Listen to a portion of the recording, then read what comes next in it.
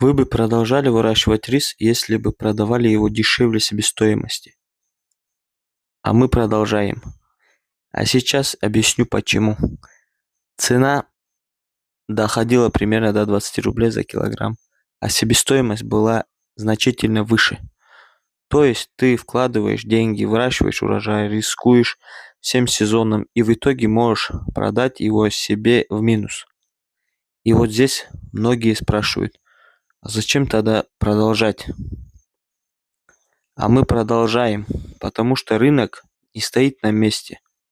Сегодня цена может быть ниже себестоимости, а завтра ситуация может полностью измениться.